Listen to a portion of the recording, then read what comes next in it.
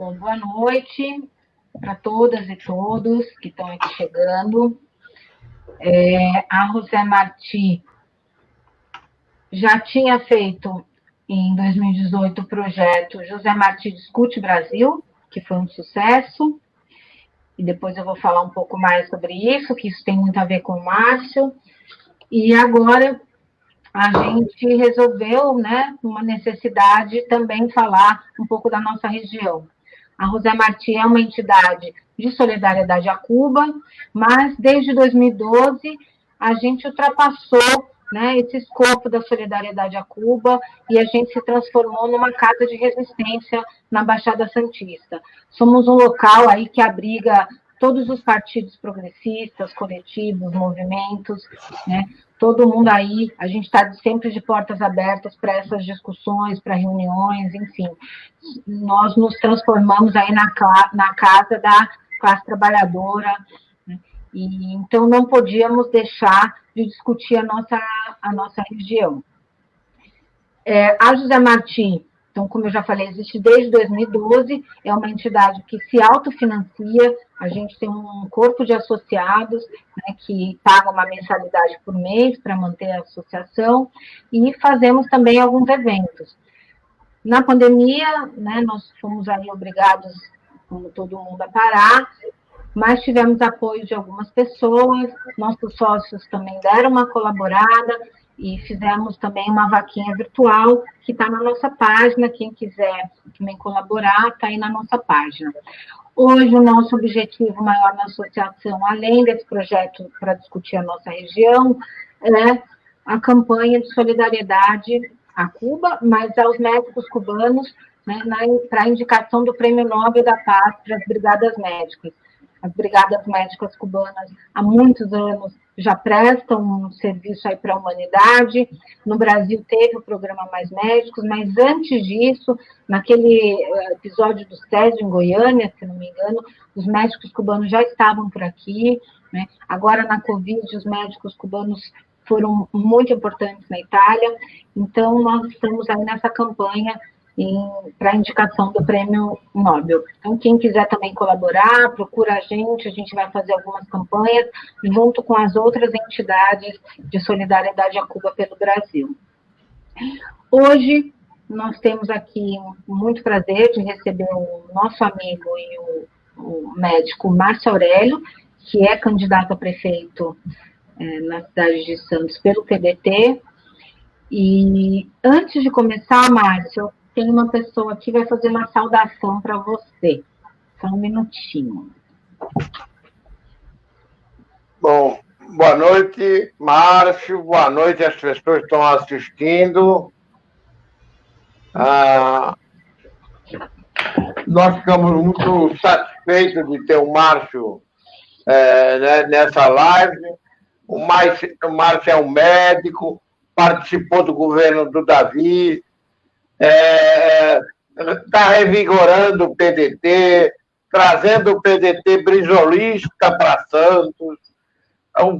Certamente, se ele for eleito, vai estudar, vai ver como se vai construir os CIEP nessa periferia, para a garotada estudar o dia todo, sair das más influências, para a estrutura do CIEP poder ser usada nos fins de semana, e principalmente para os pais sabendo que os seus filhos estão na escola o dia todo ali, sendo alimentados, o pai já vai ficar tranquilo, porque se o pai passar fome, que o ano que vem vai ser um ano de fome. Pelo menos ele vai saber que os filhos vão estar bem alimentados. Eu quero que você mande um abraço para a Alcione. Tem duas mulheres em Santos que eu quero que se elejam. A Thelma e a Alcione. Então, quero que você dê o número da Alcione, por favor, que é uma pessoa especial. A Câmara de Santos precisa da Alcione como vereadora e precisa de você como prefeito. Então é isso, vou passar para a Gabi. Um abraço, Márcio.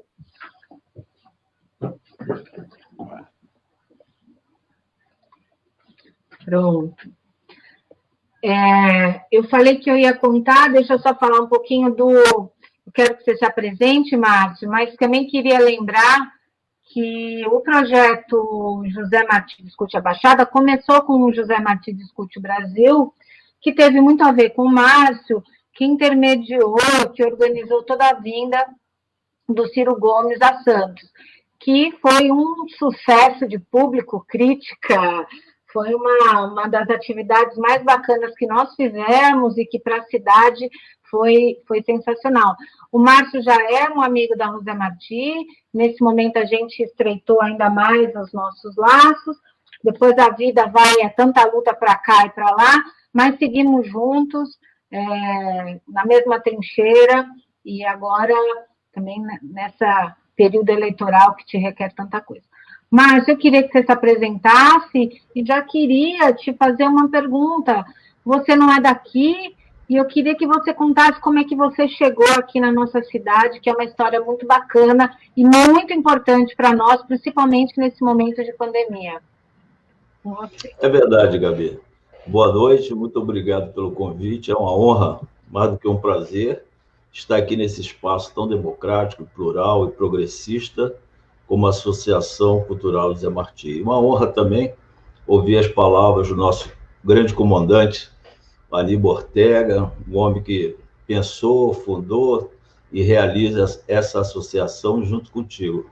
E tantas outras companheiras e companheiros que nós fizemos lá e estreitamos essa amizade até hoje. Eu estou aqui em Santos desde 1990. Eu era secretário de saúde numa cidade pequena do interior de Minas, quando eu fui para lá para fundar, instalar os serviços públicos de saúde lá, e conheci o Davi Capistrano em Brasília, numa reunião ministerial. Eu representava os secretários municipais de saúde de Minas Gerais e o Davi representava os secretários municipais de saúde do estado de São Paulo.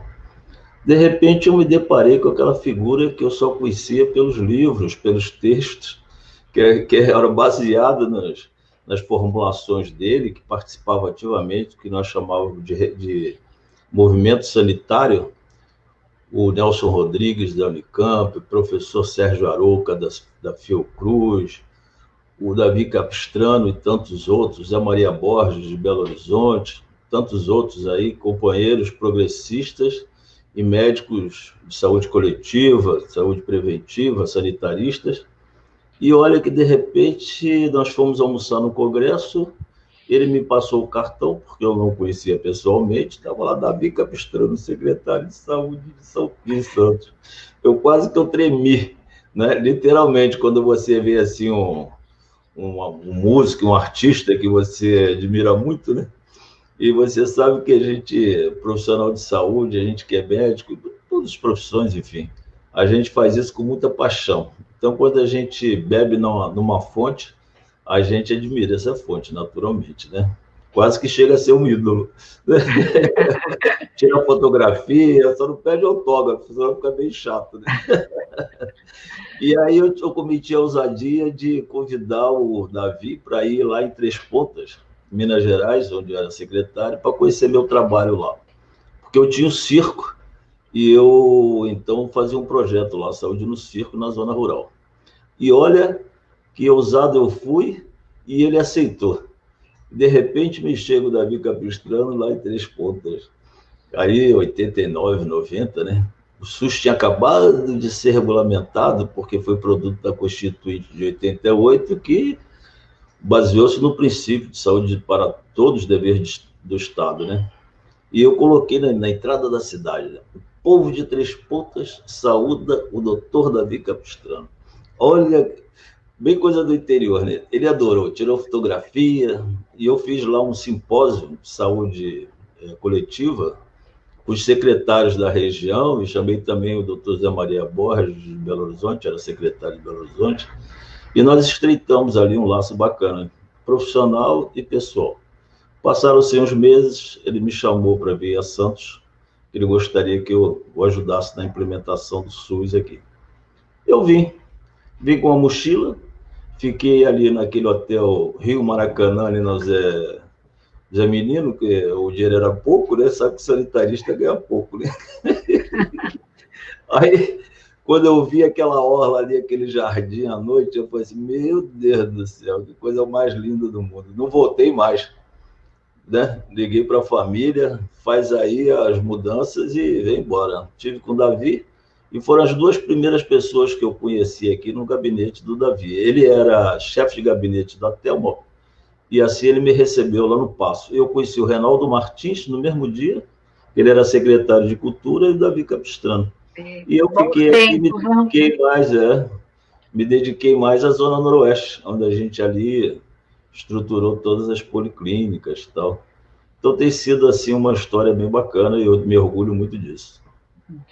E, Márcio, desse tempo, né, a gente teve nos governos da Thelma e do Davi, nós tivemos uns avanços em várias áreas, na educação, na cultura, no esporte, mas na saúde foi realmente espetacular, foi uma coisa, nós fomos exemplo mundial de tudo que foi implementado aqui na questão do HIV, enfim.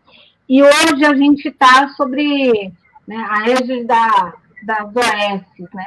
E aí, qual é esse paralelo que a gente podia traçar entre o que foi aquela saúde nos governos progressistas, a OS e todos os problemas que a gente está vendo hoje aqui, de demora na UPA, de falta de médico, e até essa questão da Covid, de como isso foi levado? É interessante essa pergunta, porque a gente fica triste ao responder, né? Ao constatar que essa administração do prefeito Paulo Alexandre Barbosa, eles se vangloriam de ter construído prédios, né? E os prédios estão aí, realmente, nós temos uma estrutura assim, física bem boa, né? Ótima, né? Mas não se faz políticas públicas só com prédios, não é? Se faz com as pessoas e para as pessoas. Infelizmente, ele tomou essa iniciativa alguns anos atrás de terceirizar os serviços de saúde, especialmente das UPAs e do Ambesp e do Hospital dos Estivadores. Agora, você imagina, a pessoa recebe ali por hora de trabalho, não é? Os salários são menores do que o estatutário. E aí eu repito isso sempre que eu posso. Os profissionais de saúde, os profissionais educadores, vocacionados, são pessoas que são ajudadoras, que gostam e viveram, e nasceram e viveram para ajudar o outro. Como você pode ter empatia pelo outro, compaixão, porque o papel do médico não é só de cura, é de reconforto, de acolhimento, de sofrer junto, né, de compaixão. Nem sempre a gente pode curar, mas a gente pode reconfortar. Como é que você pode transferir esse equilíbrio emocional se o teu aluguel não está pago, se teus filhos não estão protegidos, se você está preocupado com a conta de luz, de água? Imagina os profissionais de saúde que ganham menos. Desde o pessoal da recepção, o pessoal auxiliar de enfermagem, o pessoal que trata da limpeza. Afinal de contas, a UPA não tem que estar limpinha, né? Então, todos têm o seu valor dentro da sua, do seu trabalho, né? Imagina se não tiver pessoal da limpeza numa unidade de saúde. Então, todo mundo tem que ter a sua estabilidade profissional, seu plano de cargos e salários, saber o que vai acontecer com ele dali a 5 anos, dali no dia seguinte. Isso nós perdemos. Então, para ser objetivo, nós assumindo a prefeitura, primeira coisa que nós vamos fazer, nós vamos auditar esses contratos com essas OS. Vamos auditar, naturalmente, respeitando, né, o contrato comercial, porque existe um princípio jurídico nele, nós não vamos romper aleatoriamente com o risco de cometermos aí um ato ilegal.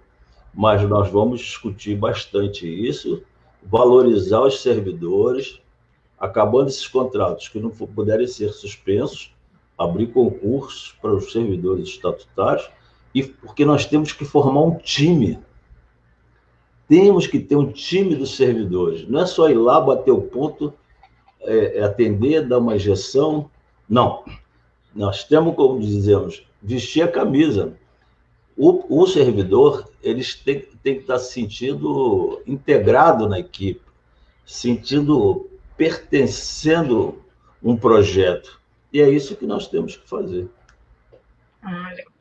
E, Márcio, você queria trazer um pouco aí na saúde, ainda para a medicina cubana, né? Que a gente sabe que é uma referência no mundo, e que acho que o Davi trouxe muito dessa medicina.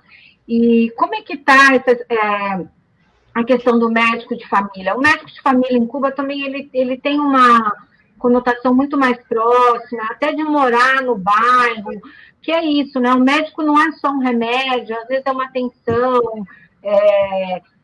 é uma atenção que um oi, um abraço, ou pegar o toque, né? Você já pode até identificar várias... às vezes a pessoa só quer alguém que pegue na mão dela. Você acha que a gente tem como trazer alguma coisa, retomar esses exemplos da saúde cubana, por exemplo, do médico de família, aprofundar isso? Sim. Você sabe, há 2 anos nós estivemos lá em Havana, Trinidad, né? Varadeiro, ficamos lá na casa da Isabel e do Luiz, né, que são queridos daí da associação, apresentado pela Maria Leite. Foi uma alegria muito grande conhecer a Havana e seu projeto de educação e saúde. Cada quarteirão que a gente passava tinha um centro cultural, tinha uma bandinha, tinha criança cantando, tinha uma escola, as crianças todas uniformizadinhas, de uniforme vinho, né? E camisa branca, as meninas de sainha e tal. Quer dizer, você vê que as pessoas estão ali sendo cuidadas.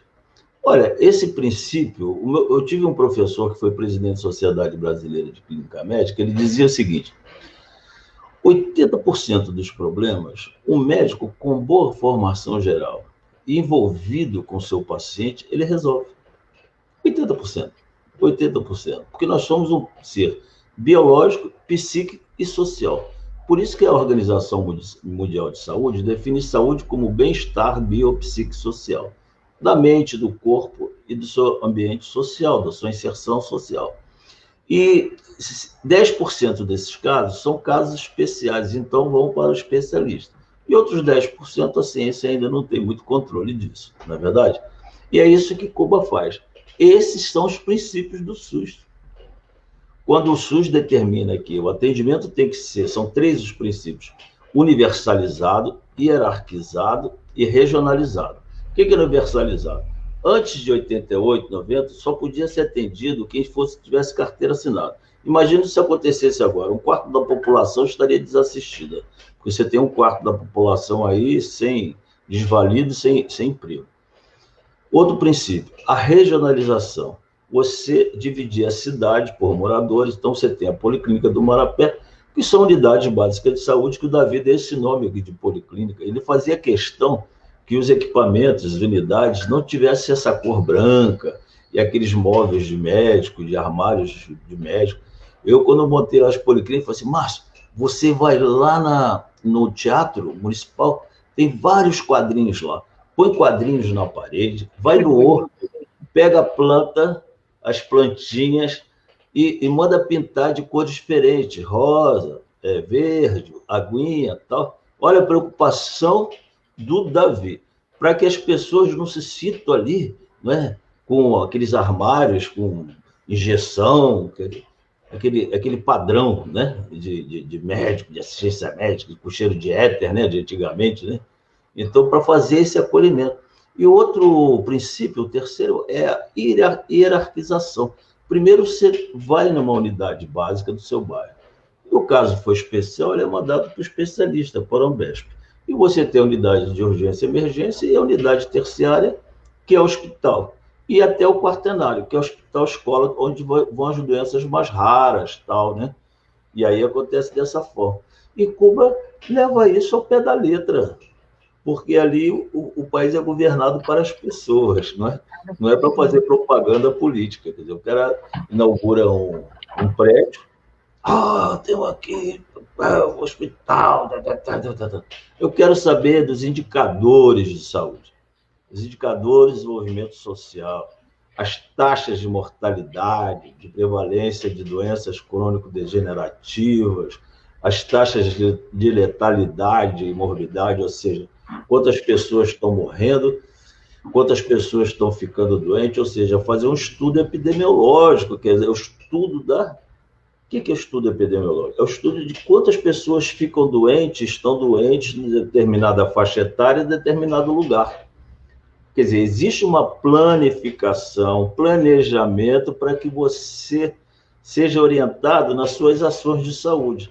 Ah, bota o médico lá, aí fica esperando para ver se alguém diz. Não é assim. Isso não é iniciativa privada.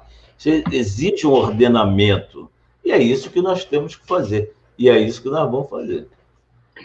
E uma das coisas que tem em Cuba, e o meu pai sempre, inclusive, briga quando a gente vai no médico, né? Meu pai tem bronquite, a gente está sempre tomando inalação, e ele sempre briga, que ele fala que, quando ele entra na sala, ele fala que quer ser atendido que nem os médicos cubanos, que põe a cadeira do lado, né? Não atrás da cadeira, da mesa.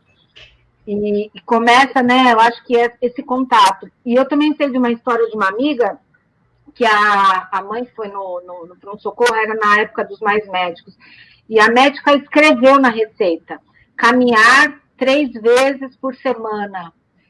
E todos aqueles problemas, assim, que ela estava tendo, já foram sanados, né? Então, às vezes, eu acho também a nossa medicina está muito voltada para a indústria farmacêutica, né, Márcio? Tudo tem um remédio, todos os idosos tomam remédio para pressão, todos os idosos, a maioria tem problema de coração, e você não passa uma alimentação mais saudável, um chá, enfim, algumas coisas que a gente poderia também ir se livrando dessa indústria, que é a mesma indústria que faz o agrotóxico, né, faz o remédio. Sim. É a famosa indústria da doença, né? Médico-cêntrica e hospitalocêntrica, né? Você me fez lembrar que no meu consultório, a pessoa às vezes chegava assim, estou cansado, doutor, estou cansada, eu queria tomar umas vitaminas. A vitamina é muito bom. Onde a senhora mora? Lugar tal. A feira ali é quarta-feira. A senhora vai fazer um suco de beterraba, vitamina C, você come laranja, suco de laranja. E, poxa, vitamina, e você vai na farmácia, a prateleira de vitaminas não para de aumentar, né? American Way of Life, né? Quer dizer, é o jeito americano de viver, porque eles consomem uma vitamina A e só serve para o xixi ficar vermelho, porque nós não temos reservas, lugares para reservar vitamina, entendeu? Para guardar, armazenar vitamina. Então, é o consumo diário. E as nossas necessidades são muito pequenas. Se você tomar esse Cebion da vida aí, seu xixi vai ficar amarelando. Então, quer dizer, vai tudo pelo xixi, entendeu? Então, isso aí, as pessoas querem um abraço. Elas querem se sentir empoderadas ali pelo médico. O médico, se você chamar ela pelo nome... Agora a gente não pode abraçar mais, né? Mas chamar pelo nome, chamar com carinho. A metade do problema está resolvido. E tive um professor muito legal, até ele foi militante do Sindicato dos Médicos, ali na década de 80, que ele trouxe o CIMERG, Sindicato dos Médicos do Estado do Rio de Janeiro, mas para a ala progressista, José Luiz Gomes, grande professor e grande militante progressista, sindicalista. Ele dizia assim, ouve o doente, ouve, ele te dá o diagnóstico. E agora, na gestão pública, assim também. Ouça as pessoas. Elas vão dizer as suas necessidades. Sim. Ô, Márcio, só para a gente também conversar de outras coisas, mas como eu estou aqui com o médico sanitarista, não posso deixar de perguntar. Hoje nós mudamos de fase. E... como é que vai ser aqui? Você falou que às vezes a pessoa só quer um abraço, né? Nós somos latinos, gostamos de abraçar, beijar. Nós vamos poder voltar a nos abraçar em breve? O que você pensa aí da Covid? Como é que vai ser esse futuro próximo para a gente? Eu lamento dizer que isso não vai acontecer. Nada de abraço. Não. Ao contrário, para os dinamarqueses, né? A Alcione, minha mulher, tem uma prima que é enfermeira lá na Dinamarca. Então, eles não se abraçam. Quando a gente esteve lá visitando eles, ela avisou aos filhos, olha, o tio Márcio e a tia Alcione estão vindo aí, se eles te derem um beijo, você não estranha, que eles são assim mesmo. Para dar a mão só, muito, né? Então, aqui a gente vai ter que assumir novos hábitos. Você é jovem, mas na década de 90, o grande problema da HIV, e Santos foi polo disso, porque é uma cidade portuária, mas também pelo trabalho desenvolvido pelo Davi Capistrano, fez com que muitas pessoas viessem se tratar aqui.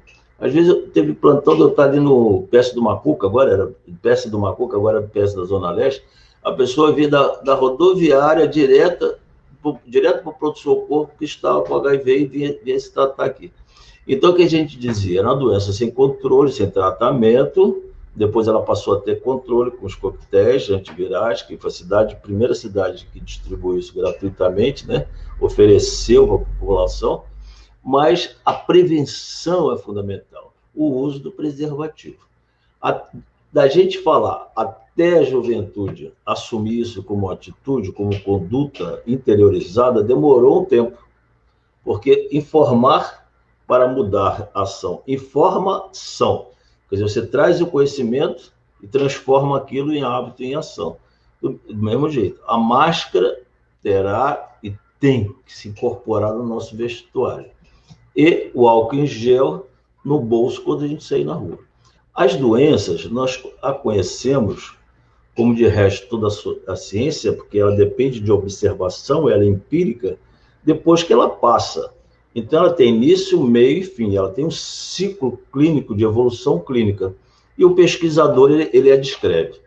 Nós não sabemos como é que essa pandemia vai terminar, porque o ciclo ainda dele não terminou. Então, nós não podemos dizer ainda nada taxativamente, só podemos dizer que temos que ter muita cautela. A Europa já está vivendo aí um recrudescimento dos casos, e isso nos preocupa demais, até porque a gente sabe que todas essas epidemias que aconteceram nos últimos anos, desde o Ebola, HIV, a Aedes aegypti, tudo mais, a dengue, zika, chikungunya, foi tudo devido ao avanço da nossa civilização na natureza. Foi tudo destruição, avançamos as fronteiras, saturamos recursos do planeta.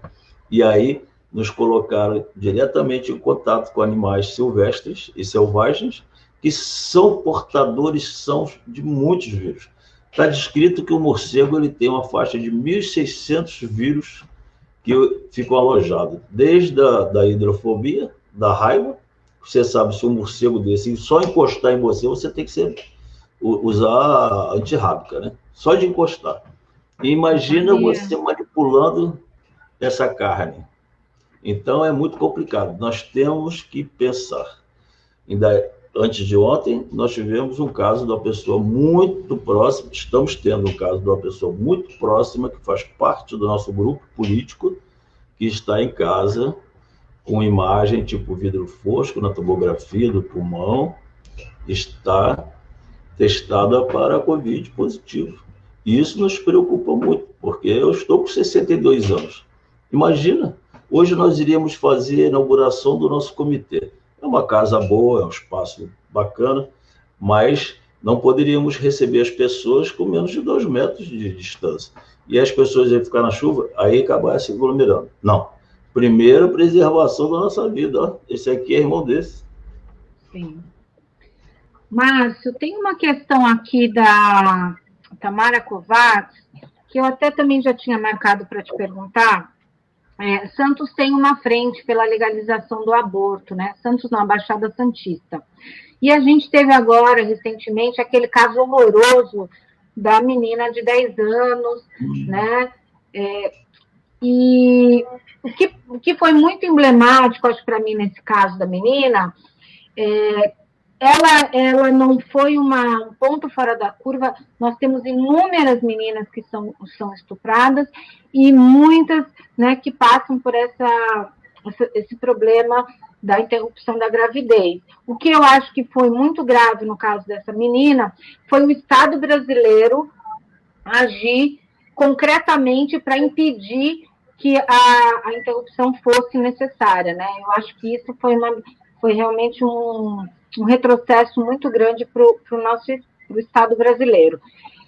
E a pergunta da Tamara é que existe uma nota que eles estão propondo que os candidatos assinem a nota ou não, e fala que a nota expõe, por exemplo, o caso do Hospital Guilherme Álvaro, que desde 2012 aguarda habilitação como centro de referência. Como que o senhor se posiciona em relação a isso, né? A questão de poder fazer a interrupção da gravidez nos termos da legislação, né? Eu acho que é uma pena, o Estado brasileiro está vivendo um retrocesso absurdo, né?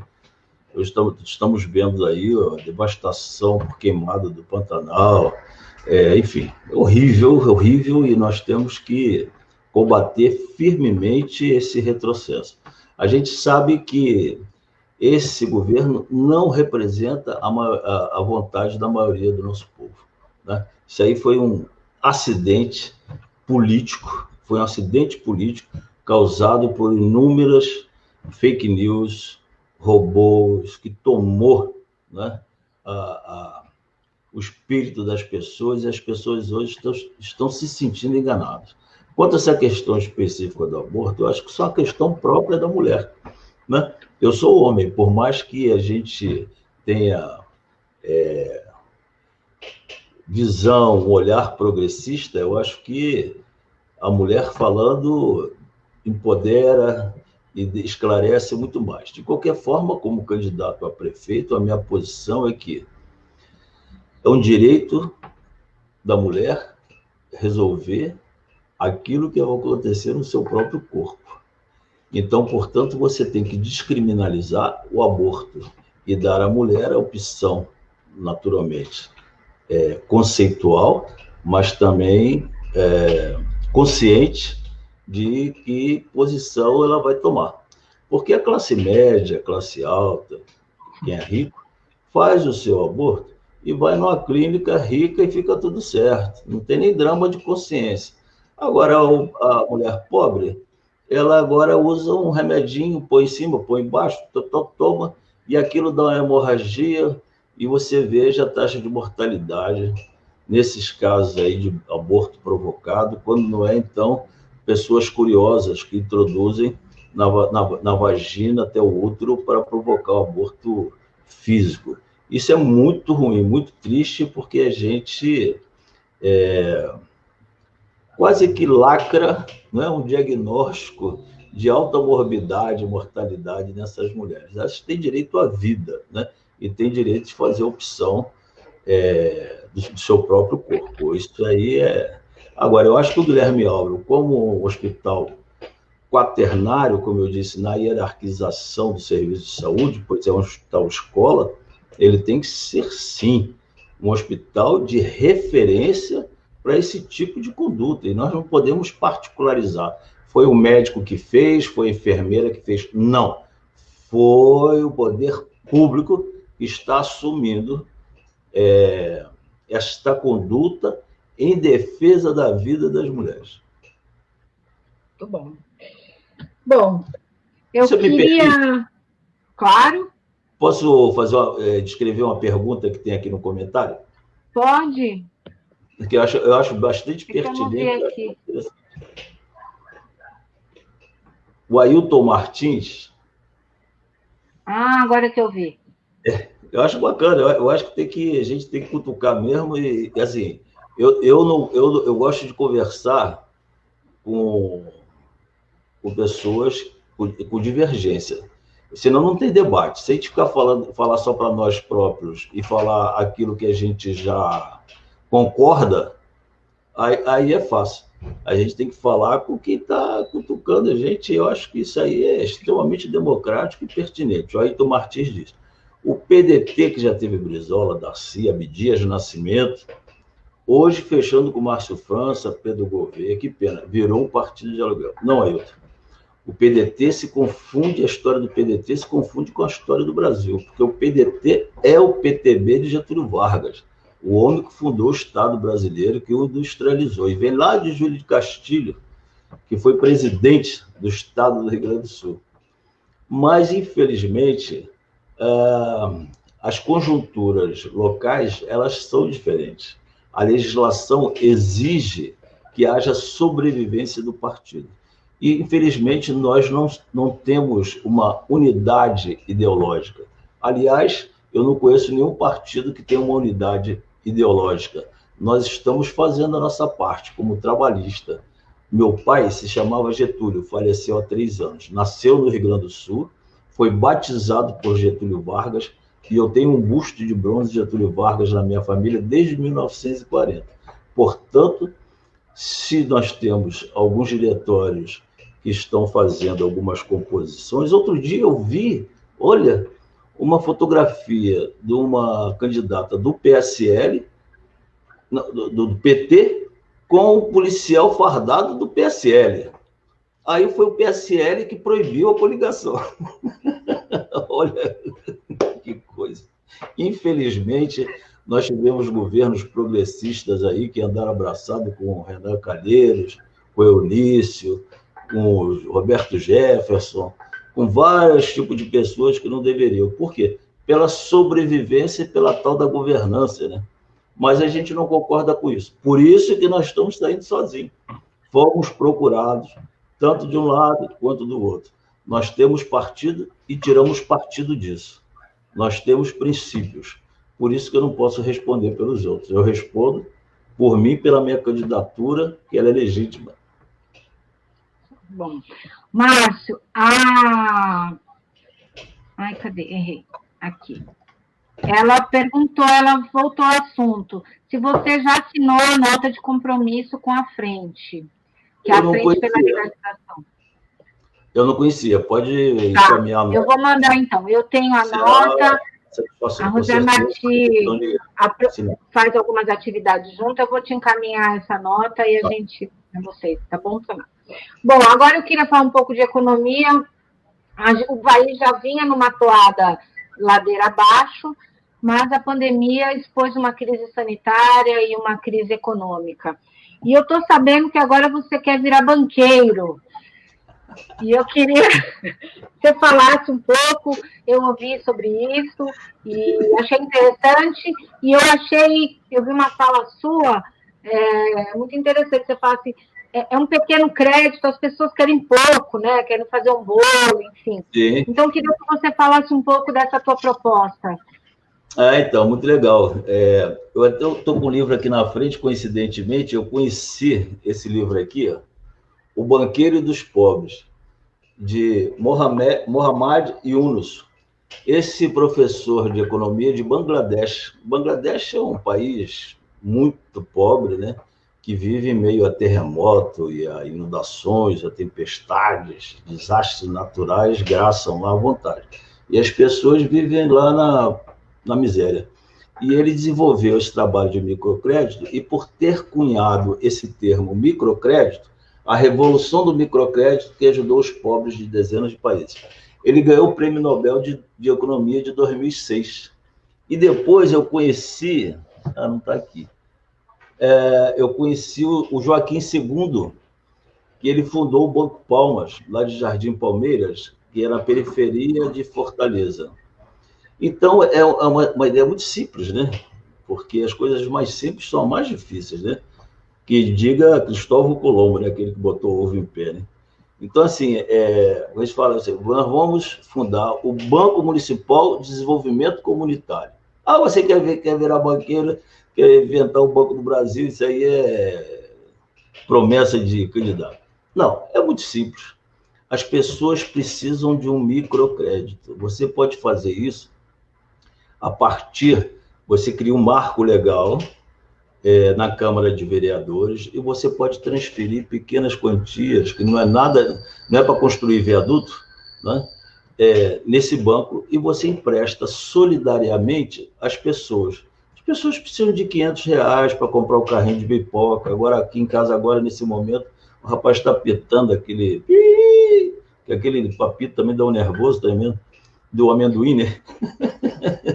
O apito do amendoim. Ele precisa de um instrumento de trabalho.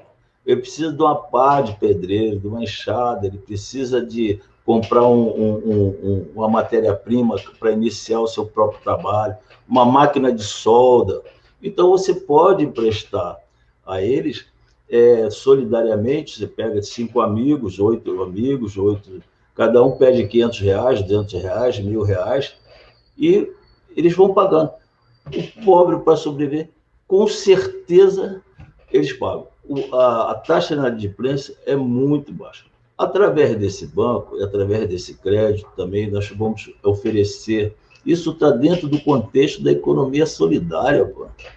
Uma moeda social em que as pessoas gastem. Por exemplo, você faz ali no morro e o dinheiro fica ali. O dinheiro fica ali na comunidade, desenvolve economicamente através do fomento ao comércio local. Então, ele roda.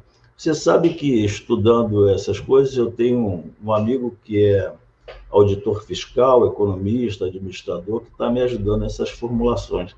E ele estava me dizendo, Márcio, fator keynesiano. O que é o fator keynesiano? Keynes, ele estudou, dizendo o seguinte, cada dinheiro, aqui é real, né? Mas no caso ele está falando em dólar. Cada dinheiro que você coloca na economia, para os excluídos, volta 4,5 para a sociedade, através do consumo, criação de empregos e tributação. Então, é uma medida simples e que te dá um retorno muito grande. As pessoas me perguntaram assim, o senhor tem algum projeto para trazer grandes indústrias e grandes empresas para gerar emprego? Eu falei assim, olha, isso aí não tem nada na cartola, não tem nenhum coelho na cartola. Isso aí nós temos 1/3 da nossa população não ganha sequer meio salário mínimo. E não sou eu que estou dizendo, é o IBGE. Você vai lá, www.ibge/cidade/Santos. Está lá escrito. Ora, se você introduz essas pessoas na economia, ela tem uma renda que você a transfira regularmente, ela vai comprar mais pão. Ela comprando mais pão, o seu Joaquim vai contratar mais padeiro. Ele contratando mais padeiro, ele vai dar emprego. Essa pessoa está se nutrindo melhor, ela vai desenvolver seu trabalho melhor, e você vai gerar consciência de classe, inserção dessas pessoas na sociedade. Isso é muito simples. Mas a gente não consegue isso com a canetada, não. Você tem que ir lá conversar com a comunidade, você tem que ter técnicos também preparados em cooperativismo solidário para nos instrumentalizar. Isso é todo um trabalho. Você sabe que eu lancei um e-book, não lancei fisicamente por causa da pandemia, meu 3º livro, que se chama Plantador de Tâmaras, porque existe um provérbio árabe que diz, quem planta tâmaras não colhe tâmaras, dado o tempo que a planta demora para frutificar. Então, a gente não tem que pensar somente o resultado final, nós temos que começar. As pessoas entram num cargo, elas já pensam na reeleição. Já estamos em plena campanha para presidente. O cara está na metade do... Se bem que esse aí a gente quer que saia rápido, né? Mas é assim aqui no nosso país. E o cara ficou 8 anos aqui na prefeitura. O que ele bota? O chefe de governo dele, secretário de governo. O cara foi gestor, quer dizer, que ele que administrou a cidade por 8 anos e quer ficar mais 4. Aí ele esquenta a cadeira ali para o outro voltar. E fica naquela roda viva ali dos mesmos. Então, nós temos que apresentar ideias diferentes e factíveis, ou seja, possíveis de ser realizadas. Isso aí é muito tranquilo de fazer.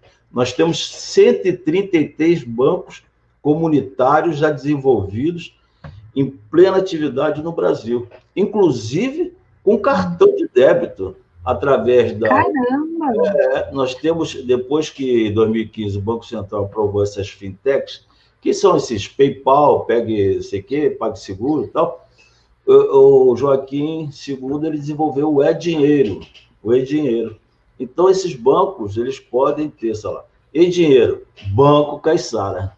É isso que nós vamos fazer. O Banco Caiçara, Banco Municipal de Desenvolvimento Social, Caiçara, para que as pessoas possam ter um investimentozinho, comprar uma tesoura, cortar o cabelo da vizinhança, complementar que seja, mas certamente garantir a sua subsistência, e nós vamos fazer isso. E nós vamos conseguir. Isso vai nos ser motivo de muito orgulho e muita emoção e satisfação, saber que a gente está permitindo que o povo possa ser independente, autônomo e que orientar a sua vida para um futuro melhor.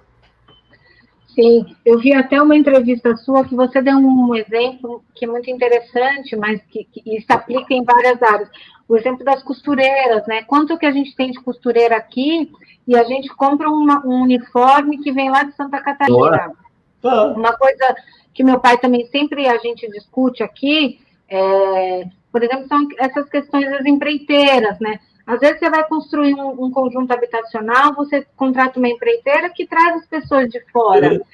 E você anda aí nessas comunidades, nas periferias, o que tem de pedreiras, dentro de pedreiros, serventes, por que a gente não consegue inserir a nossa própria população na economia daqui, né? Sim, é porque contrata uma grande empreiteira, o AS. Aí ele já traz o pacote já com os funcionários deles lá de São Paulo, e o pessoal que fica só olhando. Quer dizer, se você vai numa comunidade dessa aí, olha, você é advogada, eu sou médico, manda a gente fazer um muro. Na terceira fiada de tijolo, o tijolo vai cair, porque a gente não sabe. A gente não sabe colocar. Ou, talvez a segunda fiada a gente consiga, né? Que fica ali meio a terceira vai cair. Então, dois, né? Tem saberes locais que você tem que respeitar. Não, imagina você comprar de tacada e chegam os uniformes atrasados aqui. Lógico que também a gente não vai fazer isso canetado, mas preparar as costureiras numa cooperativa solidária, que cada um tem a sua cota e ganhe pelo seu trabalho, né? Com segurança, com todas as seguranças econômicas, inclusive, e sua inserção social, que elas não só vão fazer os uniformes, mas também vão restaurar, consertar o uniforme das crianças e de todos os servidores públicos. Olha, é serviço pra caramba. Você arrumou emprego pra caramba, para centenas de pessoas. E os remédios, Gabi? Remédio. Você sabe que 85% dos remédios que a gente toma, a gente importa da Índia e da China. O que se chama de indústria farmacêutica nada mais é do que eles compram em tambores o pó, a matéria-prima, a substância química do remédio, e eles põem com as máquinas dentro das cápsulas e põem numa caixinha bonitinha, aí eles vão mandar para uma distribuidora. A distribuidora manda para a farmácia. A indústria pega o representante comercial e vai visitar a farmácia, vai visitar médico. Um comprimido que é 1 centavo vira R$10. E a prefeitura compra de quem? Da distribuidora por R$10. Ninguém aqui acredita em história de carochinha, né? Duende em floresta, poxa. Caramba, isso é dinheiro público, tem que se tornar público e para o público. Né? Então, você faz uma cooperativa de farmacêuticos e de auxiliares de farmácia muito bem estruturada. Você traz de fora essas substâncias, invasa, encapsula aqui. Ou alguém nunca fez remédio de farmácia de manipulação? É metade do preço. E se nós fazendo isso aqui, nós vamos conseguir distribuir mais de medicamentos. 1/5 da nossa população, acima de 60 anos, tem doenças crônico-degenerativas próprias dos idosos, precisam de uso contínuo de medicação. Nós vamos fazer mais por menos. Com 30%, 40% desse custo que eles têm aí, nós vamos oferecer para a rede pública todinha mais remédios. E, ao contrário, o governo do Estado está acabando com a FURP. A FURP é a Fundação do Remédio Popular, é que fazia isso e distribuía para o Estado, que é privatizar. O cara desse tinha que ir para a cadeia, cara. Tinha para cadeia. A União tinha a SEMI, Central de Medicamentos. Já acabaram, já tem um tempo também, a SEMI. Entendeu? Conclusão, com o dinheiro que a gente vai economizar, nós podemos comprar aqueles remédios, aqueles medicamentos que nós não podemos encapsular aqui, entendeu? Que são aerossóis para asma, remédios mais complexos, né? Insulinas, mais caras. Então, olha, tendo austeridade, os princípios de publicidade, imparcialidade, impessoalidade, são princípios que estão na lei dos servidores públicos. E a gente tem que trazer isso para a gestão municipal. Tirar o cafezinho de dentro do gabinete, que é ali que se resolve essas coisas, e levar para a Praça Honra. Essa é a nossa tarefa.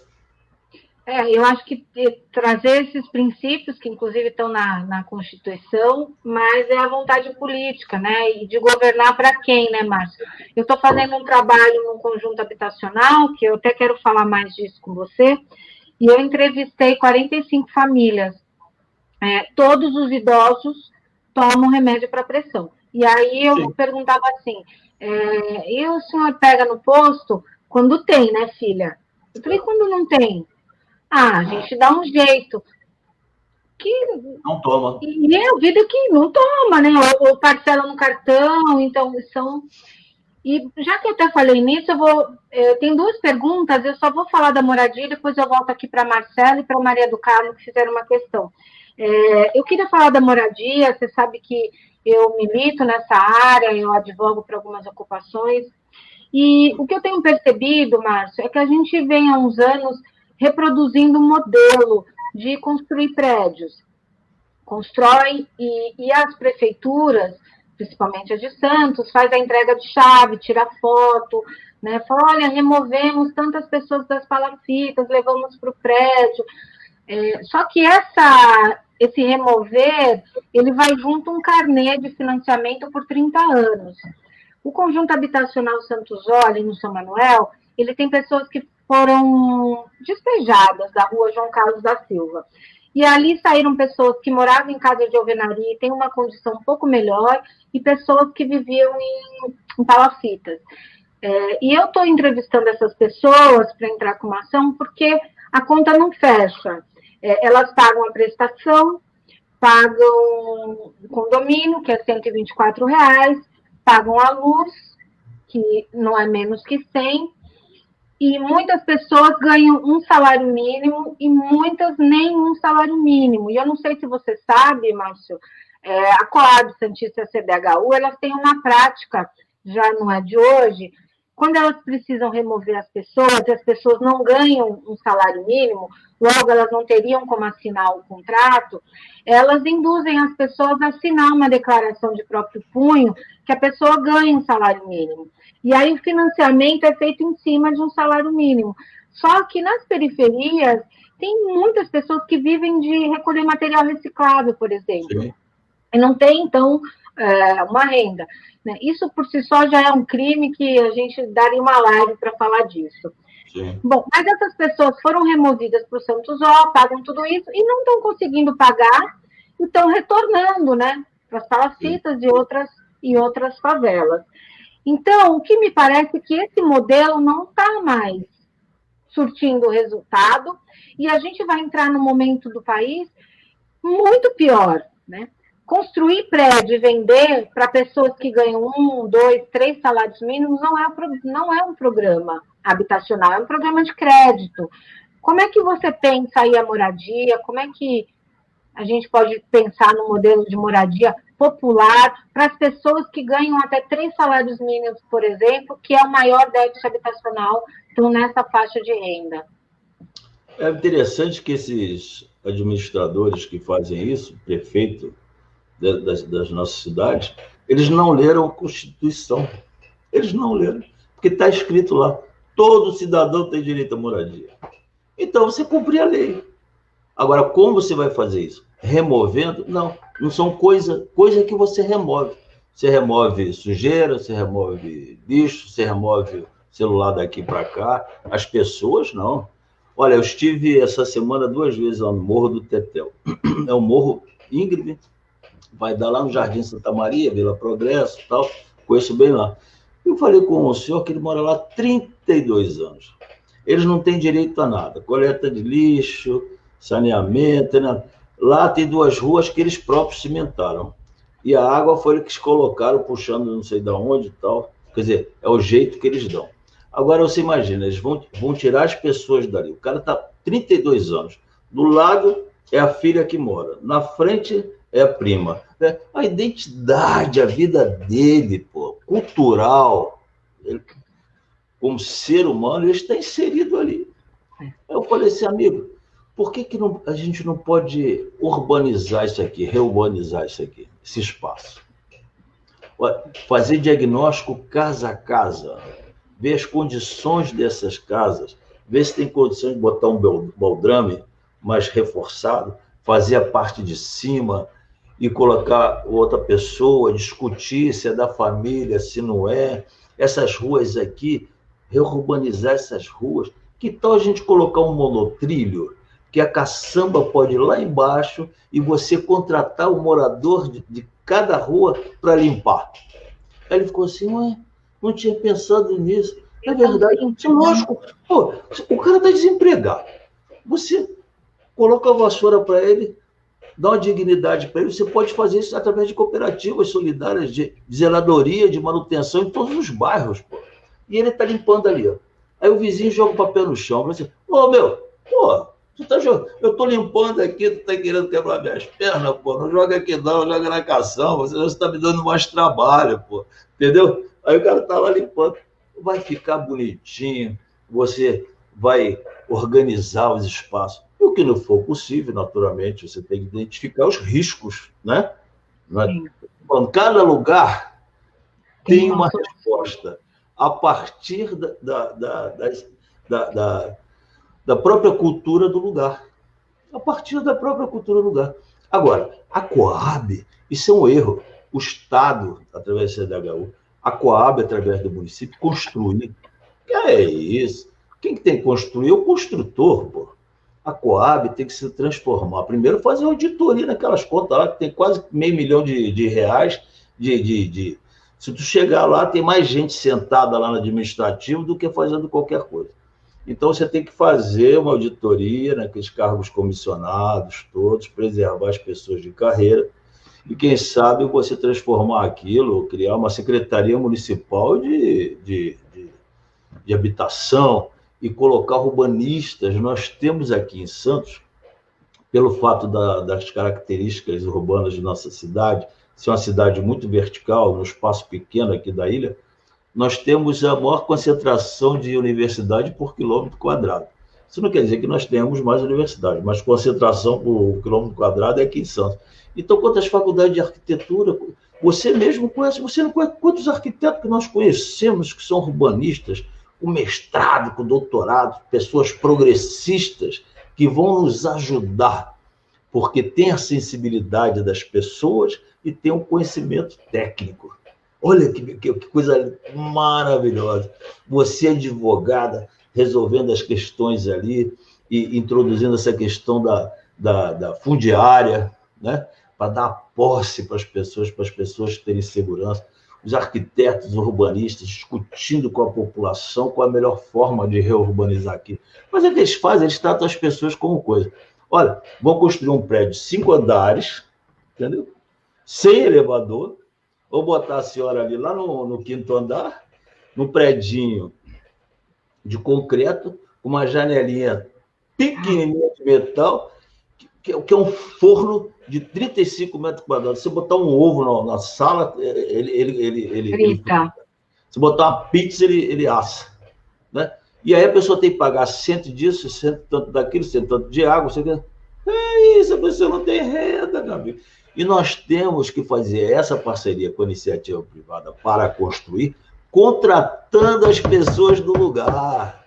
Você pode ter certeza que chegar ali na Vila Gilda tem azulejista, tem eletricista, tem servente, tem pedreiro. Quer dizer, ele mesmo está inserido na construção e na reurbanização do lugar dele. Dá mais sentido ainda de pertencimento.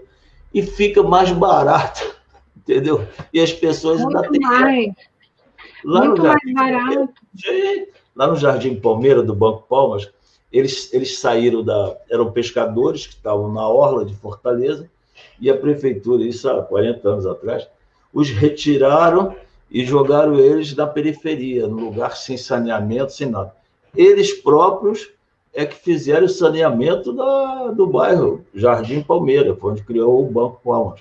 E o Joaquim fala o seguinte: não adianta dar moradia se você não der oportunidade para as pessoas terem renda e criarem riqueza. Sim. Porque as pessoas têm que se manter. Esse é um grande desafio. E aqui nós não podemos conviver com 40 mil pessoas na miséria, vivendo em situação indigna. Isso é uma questão humanística. Isso é uma questão humanística. Não é? E você falou de segurança na posse, né? A gente tem pessoas que vivem, né, uma vida inteira com medo de serem despejados. E vivem, às vezes, 30 anos, 20, num local que ela sabe que não é dela, mas, enfim, ela construiu a vida ali. Mas aí ela vive até o momento que a prefeitura fala, então, agora vai, agora eu quero. Como foi na Lemoa, como está agora, tem uma reintegração de posse no Jardim Piratininga, famílias que moram há 40 anos, agora a Ecovia falou, não, agora eu não quero mais, sai em 30 dias.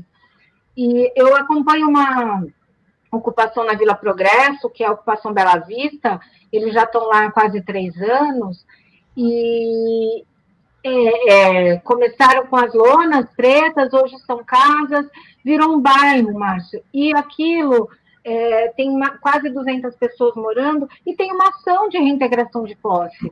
Será que a prefeitura não gastava mais energia tentando pôr o esgoto, pôr a luz, do que pôr o seu jurídico para reintegrar essas pessoas, né?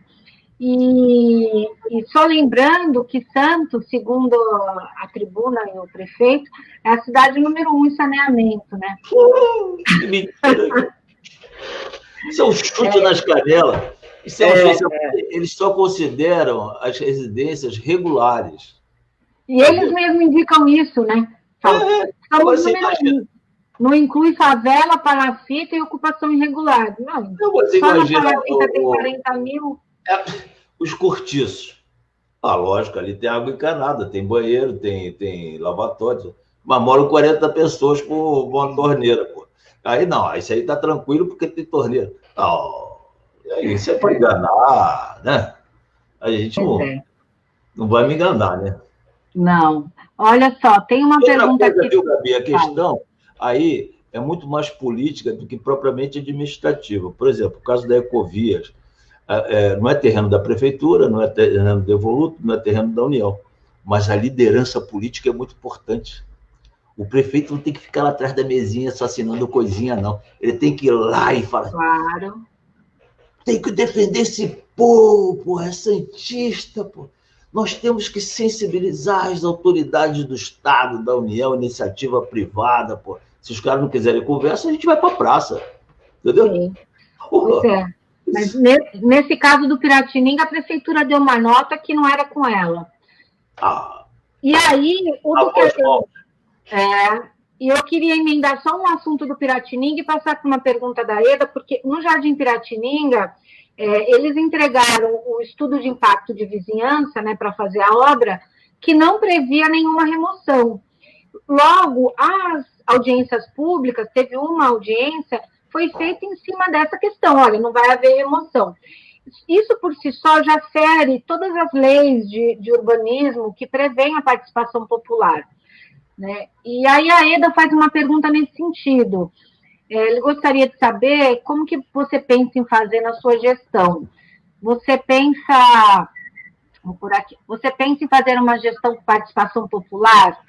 Se sim, que recursos? Os conselhos? Outra forma de organização? Como realmente conseguir falar com a sociedade civil e ouvir aqueles que menos têm voz? Infelizmente, mais uma vez, nós temos um quadro legal, jurídico, que prevê a participação popular através dos conselhos, né? Conselho Municipal de Saúde, Conselho Municipal de Cultura. Mas aí, o que faz o prefeito? Ele aparelha esses conselhos com pessoas dele próprio, que eles não passam apenas de assinante de cheque em branco. E os conselhos, por exemplo, o Conselho Municipal de Meio Ambiente, não tem ingerência nenhuma, porque o conselho tem que ser o quê? Deliberativo, pô. Ele tem um caráter deliberativo, mas aí faz de conta. Eu acho que nós temos que rever os conselhos. Eu coloquei na minha programa de governo, além desses conselhos municipais por temas, né? Lembrando que nós não temos Secretaria da Mulher e também não temos o Conselho Municipal de Defesa da Mulher, né? É um penduricalho lá. Então, a gente também é uma questão importante que a gente tem que colocar, além da Secretaria de Habitação. Então, a gente tem que estudar esses conselhos de forma que nós temos mais participação dos movimentos sociais. São os verdadeiros representantes e dos moradores. Isso é uma questão. Eu queria fazer, e botei no meu programa de governo, fazer um grande conselho gestor. Olha, essas semanas já estive 2 vezes, agora está marcado semana que vem de novo lá na Associação Comercial de Santos, que é uma associação empresarial. Juntou a Associação Comercial de Santos, que tem mais de 100 anos, a Sindicato dos Construtores e o Sindicato dos Hoteleiros. O que eles fizeram?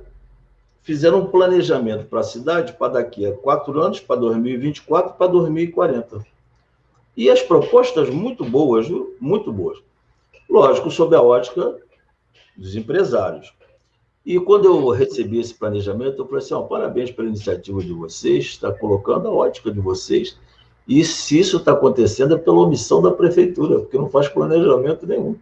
Mas nós temos que fazer um planejamento da cidade com a participação dos trabalhadores, através dos seus sindicatos, dos servidores e todas as outras categorias, dos movimentos sociais, dos sindicatos patronais, dos empresários, dos comerciantes, todos os segmentos da sociedade sejam representados paritariamente. Em paralelo, nós vamos montar um observatório social e econômico, que vai se reunir de 3 em 3 meses para acompanhar o desenvolvimento através de índice e de taxas de evolução, né, sob a ótica social e também econômica, de forma que isso tudo fique transparente. Infelizmente, nós temos, infelizmente não, um diagnóstico. Nós temos uma grande militância de voluntariado beneficente, benemerente aqui na nossa cidade. É a cidade da caridade. Você veja que tem organizações não governamentais seculares aqui. E nós temos que trabalhar com eles.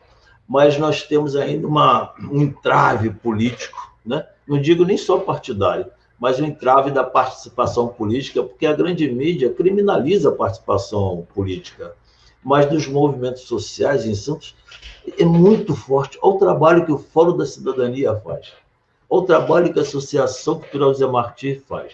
E aí tem outras inúmeras. Você tem que ter canal de participação para ouvir a população. Mais do que isso, através da formação de cooperativas de zeladoria, que devem ser não indicadas nem pagas por chequinho. Não indicada por vereadores, nem paga por chequinho. Mas construir essa possibilidade de termos pessoas que representem, por exemplo, aqui, a Vila Belmiro realmente, de fato, é de direito e que participe da gestão do governo. Muito bom. Olha, o Fábio Júnior, lá da comunidade Bela Vista, falou para você ir lá conhecer, para eu te levar lá para você conhecer a comunidade. E a comunidade faz jus ao nome, é a melhor vista de Santos, sim, é muito bonito lá. É perto da escola lá na Vila Progresso, que tem aquele beleza. Conheço lá. Mas vou lá, faço questão de conhecer o Fábio Júnior, ainda mais com esse nome. Nome artístico. Olha só, a Marcela tem um comentário aqui. Achei legal também valorizar o funcionário público, mas também precisamos que eles valorizem seus cargos, a começar pela educação, que os professores mais se afastam do que vão em suas aulas. Os alunos ficam perdidos. Nas escolas particulares não acontece isso. eu acho que tem que rever algumas coisas nessa questão também. Essa questão da educação é o pé de Aquiles. E é um dos temas mais importantes, caros ao nosso partido, em função até do que já formulou Darcy Ribeiro, com o seu CIEP, Centro Integrado de Educação Pública. Você sabe que aqui o município tem 84 escolas, somente 4 tem a VCB, Auto de Vistoria do Corpo do Bombeiro. 80 não tem AVCB sequer. Você está mandando seu filho, teu sobrinho, tua neta para a escola, mas não sabe se o telhado vai cair, se a parede vai. Você está entendendo? Se a porta vai fechar. O que as diretoras e diretores têm que fazer no começo do ano? Procurar a PM, Associação de Pais e Mestres, fazer uma vaquinha para poder arrumar uma porta, arrumar aquilo, porque senão não abre. E aí o indivíduo fica fazendo propaganda de escola nova na beira do túnel, entendeu? Que foi contrapartida de cessão onerosa pela obra lá da Ponta da Praia. Então, você tira por aí, segurança. Segundo, o MEC, nos anos pares, ele divulga a qualificação dessas escolas nos anos ímpares. Então, agora, em 2020, ele falou como é que estavam as escolas fundamentais, o ensino em 2019. Página. O Índice de Desenvolvimento da Educação Básica, IDEB, que para as características de nossa cidade, características de população, tudo mais, teria que ser no mínimo 6. A minha conexão ficou ruim, voltou o foco agora. Teria que ser no mínimo 6. Em 2017, nós tínhamos 5,8. Em 2019, 5,7. Olha que absurdo. Caramba, nós somos uma cidade rica. A 60 quilômetros, 70 da capital mais rica e mais importante da América Latina. 40% da economia do Brasil está nesse estado, de São Paulo. Como é que a criança vai para a escola, não atinge nem o mínimo? E aí a professora só tem o giz e o cuspe. É aula cuspe e giz. Então a professora fica desgastada. 50 meninos ali, adolescentes, meninos de 12 anos. Tu sabe como é que são as crianças, né? Você tem que estar muito envolvido, aquilo que eu falei de ajudador, você tem que estar inteiro. E você não pode ter 50 crianças numa sala de aula, 45 crianças numa sala de aula. Então, há um desgaste do professorado nesse sentido, que agora há pouco o sindicato teve que fazer manifestação, fez e não conseguiu, na porta lá do Paço Municipal, na escadaria, porque alguns professores que fizeram lá 20 e poucos anos, teriam direito a um quinquênio, uma promoção, e o prefeito não assinou. Direito. Não assinou para eles ganharem mais. Então, assim, a responsabilidade não está no servidor, ele tem que também se sentir integrado naquilo, valorizado, ele tem que estar sendo estimulado a fazer um mestrado, um doutorado, sabendo que ele vai incorporar, não por indicação do vereador, do Zé Maria, do Maria José, mas pelo estudo, a dedicação dele. E você trazer a família para dentro da escola, participar. Você sabe qual é o maior IDEB do Brasil? Sobral. É uma cidade de 200 mil habitantes no semiárido, no interior de Fortaleza, de Ceará, a 230 quilômetros de Fortaleza. 9,12. Eu liguei lá para o secretário, Herbert Lima. Vamos fazer uma live aqui. Ele veio. Pô, conta essa mágica. Ele falou assim, não tem mágica, não. Aqui é vontade política. Em 10 anos, eles saíram de 4, foram para 9. Em 4 anos, se eu ficar como prefeito aí, se eu sair de 5,7 para 7, já é um grande avanço. Se você fizer aí de cada 2 anos, você ganhar 1 ponto, melhorando a qualidade, mais de 4 anos, nós chegamos lá, com 8, 9. É simples. A Maria Leite deixou aqui um comentário. Tem que rever a situação de estresse, tensão, cansaço em que os professores vivem, sob pressão dos diretores e dos pais. Você sabe que nós vamos também fundar uma universidade, né? Ah, é? Nós vamos Universantos, Universidade Municipal Virtual de Santos. Olha, quantos cursos são oferecidos por EAD, ensino à distância. O rapaz sai do ensino médio, a moça sai do ensino médio, quer fazer um curso de ciências sociais, bacharelado em português, em inglês, para ser professor, quer fazer um curso. Hoje nós estamos entrando na revolução, quarta revolução industrial, conexão 5.0. Estamos aqui, ó. Nós temos uma televisão agora, né? Na nossa mão, são editora de imagem, editora de TV. Então, a meninada está sabendo lidar com web design, editoração, iluminação. Então, o que nós vamos fazer? O menino terminou o ensino médio, nós vamos oferecer um curso EAD. Quanto é que é um curso desse? R$200, 200 e pouco ali. Vamos selecionar as universidades e a gente vai comprar um pacote, 200 cursos disso. Com certeza vai ser a R$100 e poucos. O que é R$100 e poucos? Vamos comprar um notebook, dar para o jovem, o banda larga, sob comodato. Nossos tutores da Secretaria de Educação vão acompanhar para saber se ele está fazendo uso, se ele está realmente estudando, né, para não ficar só de joguinho e Facebook. Ao final de 1 ano, 2 anos, ele se forma. Vamos fazer uma grande festa de formatura e vamos doar o equipamento para o aluno, de forma que ele vai adquirir o conhecimento e a ferramenta para ele trabalhar. Olha que maravilha! Eu vou conseguir fazer isso. Tenho certeza. E vai ser um dia mais emocionante da minha vida, na primeira turma que a gente formar. Isso é dinheiro? Isso é dinheiro de café. Nós temos que fazer ponte entre as pessoas. Essa que é a verdadeira ponte que nós vamos construir. Olha, já tem até uma professora aí para a sua universidade, Maria Leite, falou, grata ao doutor Márcio, pode me chamar que eu vou dar aula na sua universidade. E a Maria Leite, não sei se você lembra, é a diretora de Relações Internacionais da José Martí, e é, acho que, a pessoa que mais sabe de Cuba, de todos os assuntos, medicina, educação principalmente, mas de tudo de Cuba no Brasil. Foi a Maria Leite que me apresentou a Isabel Luiz, lá em Havana, pô. Sim. Beijo, Maria Leite. Ó, e tem uma questão da NECA. Na sua gestão, o senhor dará atenção a todos os bairros, morros, cortiços e tantos outros? Ou a sua atenção será nos bairros nobres e praias? A cada um de acordo com a sua necessidade. A cada um de acordo com a sua necessidade. Não é? Aqui, o IDH é da Noruega. Aqui que eu digo aqui na Orla, eu não moro na Orla, mas aqui para a Orla aqui, então, o DH é da Noruega, da Dinamarca. Você tem que fazer é manter organizado, fazer zeladoria, cuidar direitinho da cidade. Agora, nós temos que trazer as pessoas que não estão incluídas na economia, as pessoas que não têm lazer, as pessoas que não têm atividade cultural e esportiva.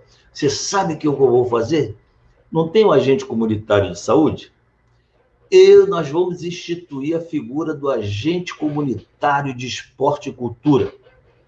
O agente comunitário de esporte e cultura. Nós vamos ocupar todas as praças e ruas dessa cidade, especialmente nos lugares de periferia e que não tem opção de lazer. Tem sempre um campinho, se não tiver, a gente arma a rede de vôlei na rua, com toda a retaguarda da Guarda Municipal, da CET. Cada canto, você sabe tanto quanto eu, tem um líder que organiza a pelada, tem um líder que organiza a meninada, e através de cooperativa solidária, nós vamos organizar esse povo.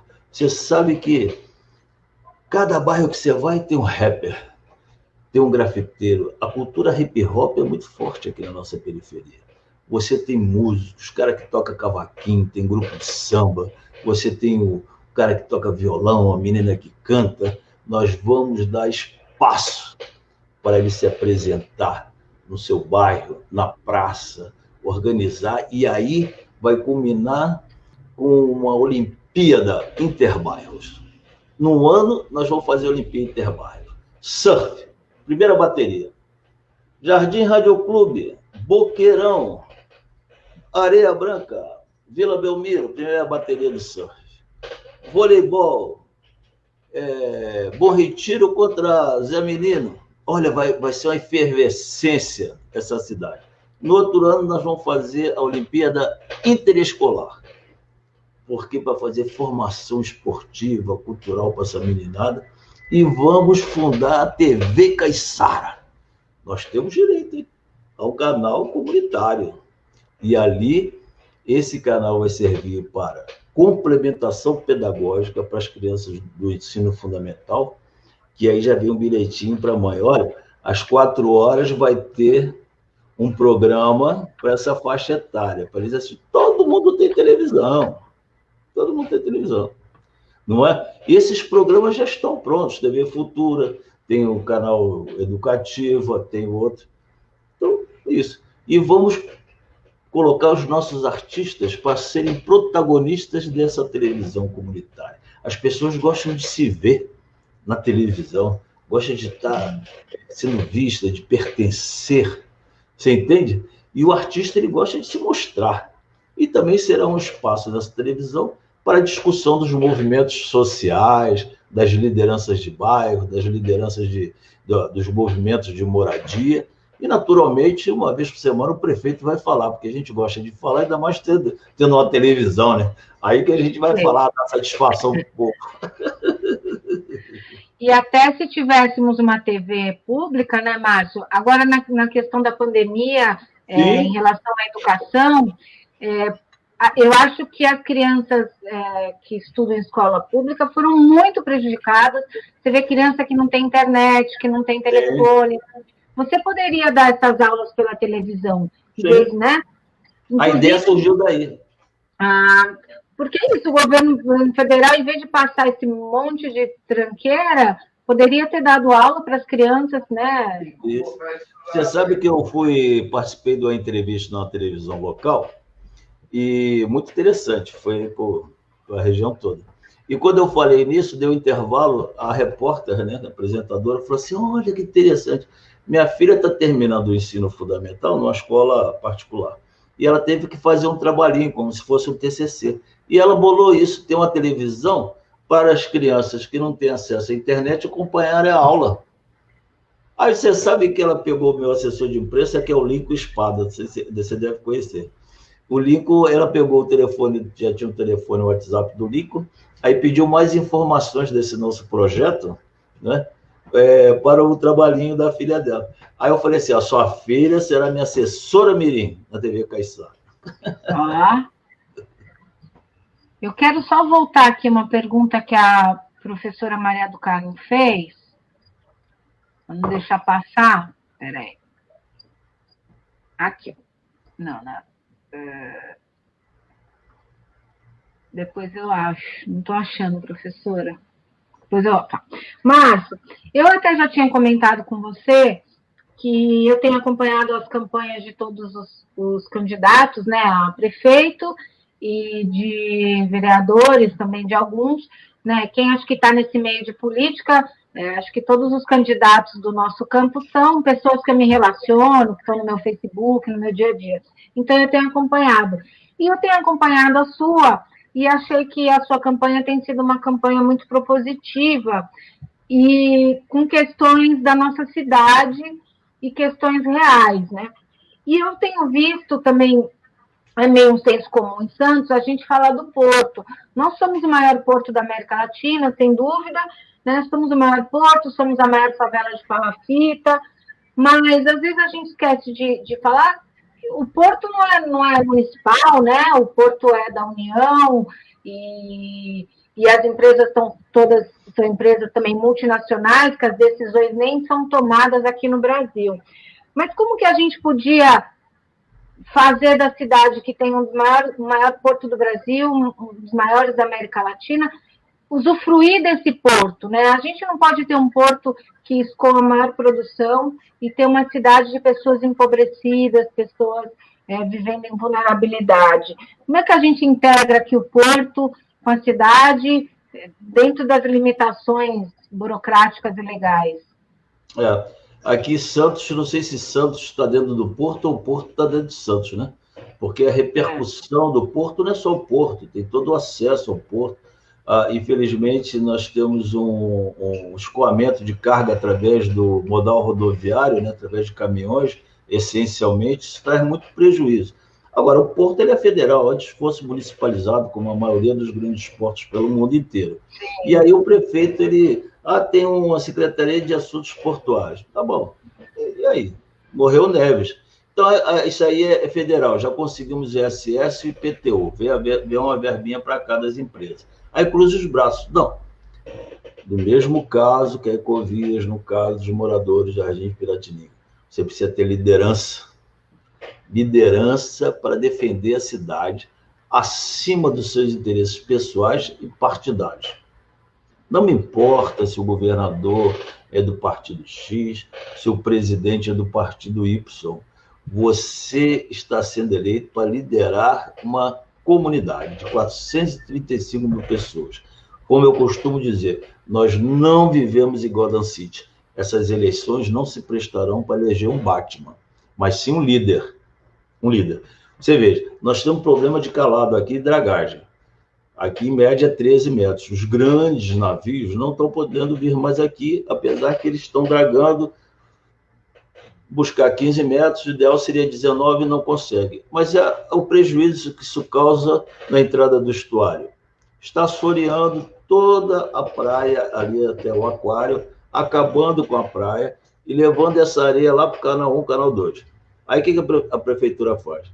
Pega a máquina, tira essa areia, põe no caminhão e volta para o aquário. Quer dizer, fica brincando assim, um fecha o buraco, outro tapa o buraco, outro abre o buraco, tapa... E colocaram as bags para ver se interfere no retorno na maré. Ora, isso aí é consequência do trabalho de dragagem da autoridade portuária antiga Codesp. Ela que tem que se responsabilizar pelas consequências negativas que está causando na cidade. Mano.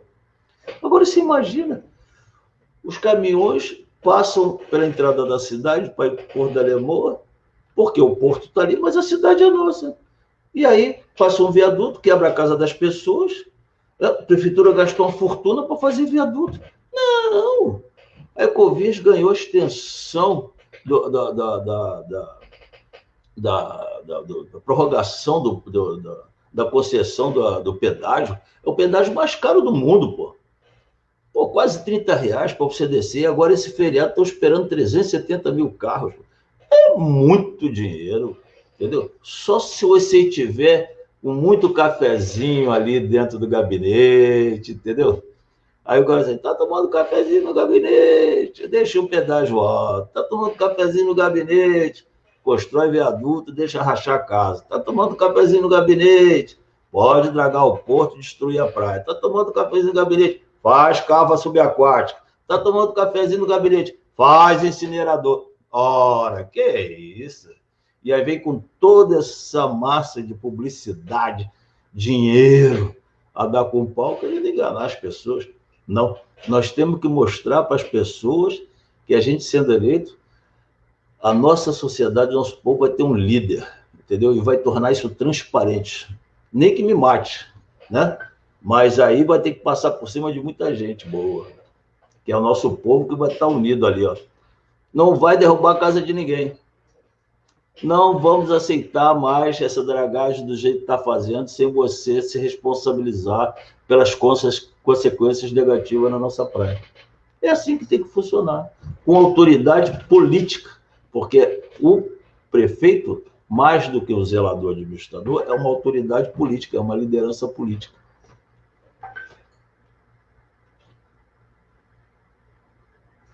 Ih, acabou, está sem som. Isso. Oi. Eu sei que a gente já está com quase 1h30, mas eu acho que tem uma questão aqui interessante, mas também não dá para a gente não falar da inovação santista agora, depois de, acho que quase 20 anos que a gente não queimava lixo, Santos quer voltar a queimar plástico, né? E além da questão ambiental, que é indizível, tem a questão da participação popular, a maneira como foi feita a audiência, a contrapartida, né? Então, acho que a gente podia falar um pouquinho aí da usina de valorização de resíduos sólidos, né, que eles chamam, também conhecida como queimar plástico. Na verdade, assim, é um assunto polêmico, eu não sou especialista nisso, e como eu disse, eu não sou candidato a Batman, não sou obrigado. Mas você é obrigado a ouvir as pessoas que entendem. Não é? Você tem que ter um consultor. Eu vou ouvir quem? O dono da padaria? Eu gosto de padaria pra caramba, por isso que eu sempre falo em padaria. E aqui na frente da minha casa tem uma padaria maravilhosa, a padaria Vila Belmiro.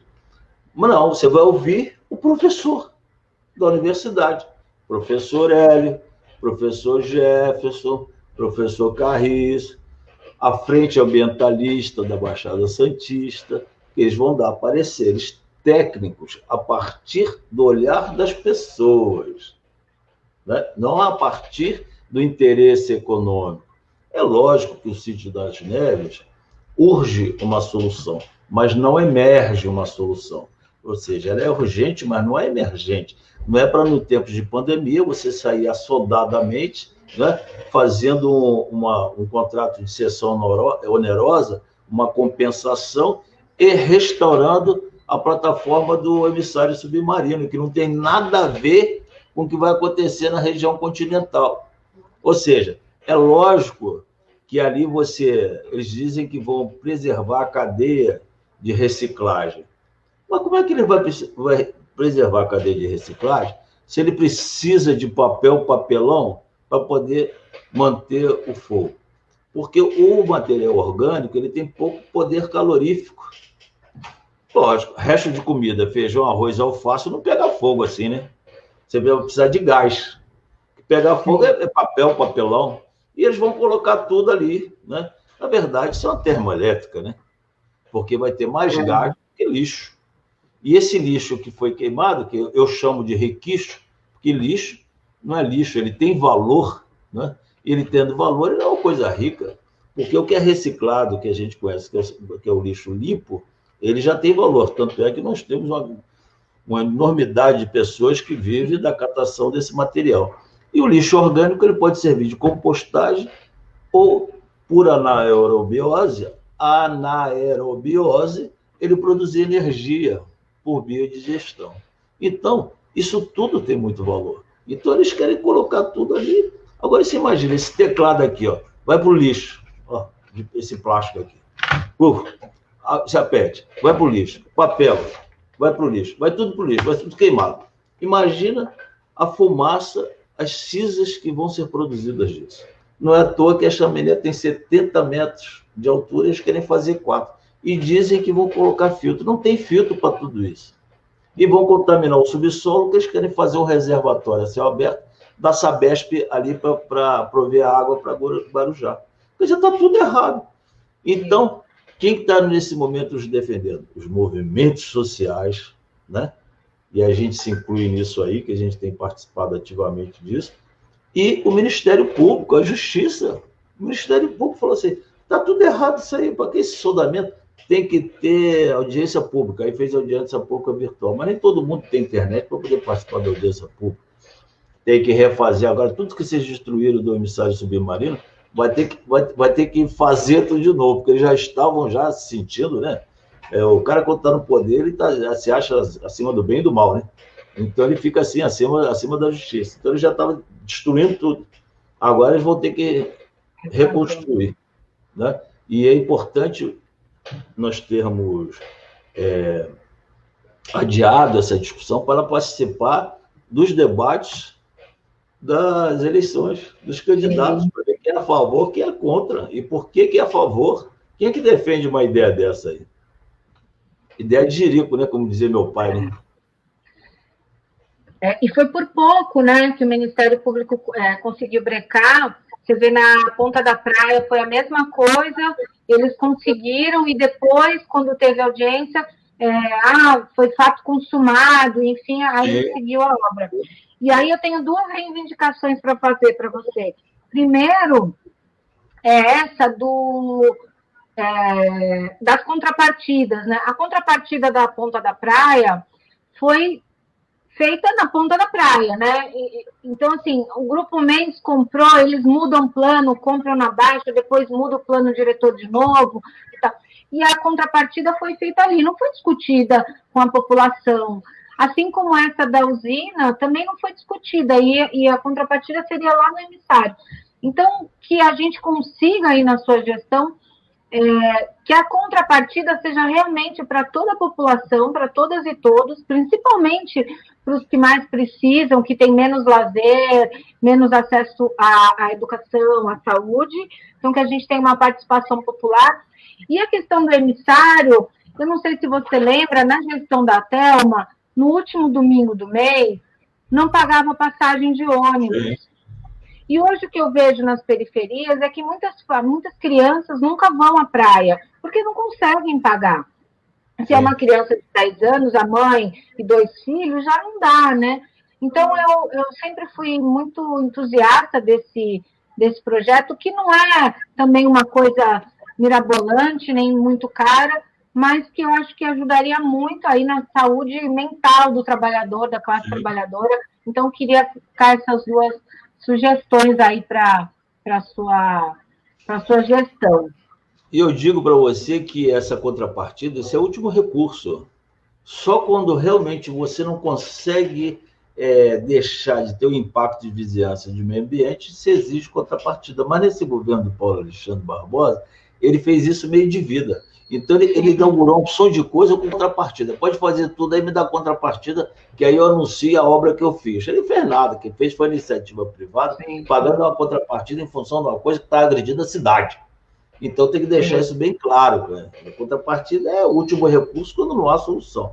Em relação ao transporte público, a gente tem que entender que 1/3 das pessoas vão a pé para o trabalho, 1/3 das pessoas vão de bicicleta aqui em Santos.